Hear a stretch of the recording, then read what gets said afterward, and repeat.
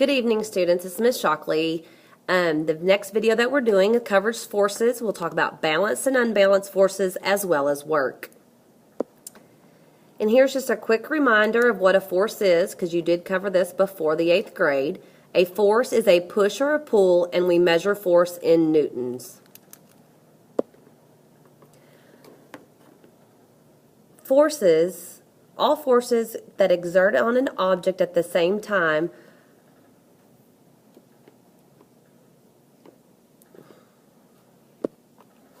your net force is the result of all of these combinations. So when we have a net force that is greater than 0, we have an unbalanced force. If the net force is equal to 0, we have a balanced force. When we're looking at net force, if we look at the amount of force from both sides of an object, you can see whether it is balanced or unbalanced. To figure out the net force here with the students that are playing tug of war, on this side we have 300 newtons that the students are pulling amount of force, and on this side it's 300 newtons. This would be considered a balanced force.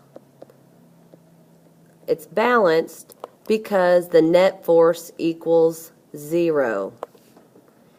Below here we have this team is pulling at 400 newtons. This team is pulling at 300 newtons. So we have a difference of 100 newtons, and any amount more than 0 equals an unbalanced force.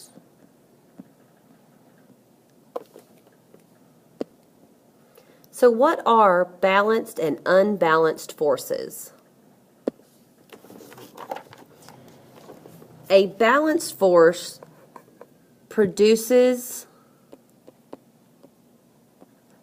no change in motion. When the forces applied to an object produce a net force of 0, then the forces are balanced.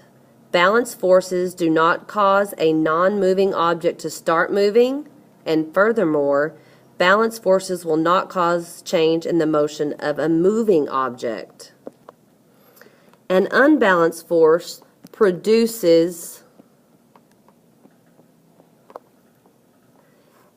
a change in motion. A net force on an object is greater than 0. When the net force of an object is not 0, the force on the object are unbalanced, and unbalanced forces produce a change in motion. Work. Work is done when a force moves an object over a distance in the direction of the force. So if I'm at the grocery store and I'm pushing my cart down the aisle, and I'm walking in the direction down the aisle and pushing the basket in the same direction, I am doing work on the basket because the force and the motion are in the same direction. As I leave work in the evening, as I carry my bag, I am walking out to my car. The direction of the force of me leaving and the lift I have, the force and the motion are not the same, so no work is done. Friction and gravity are considered to be unbalanced forces because they will cause something or force something to stop or slow down. So due to that, they are both considered to be unbalanced forces. So here's a quick summary of forces. Balanced forces have no change in movement. So their net force is 0. So 3 newtons working against each other. They can also be pulling away from each other also. Unbalanced forces create movement. So the net force is always more than 0. Please make sure that you review everything. If you see it, write it down. If you hear it, you need to listen to it and write down the important information. You will need to relate this information to the lab we do on Thursday this week. I hope you enjoyed the video. Thank you.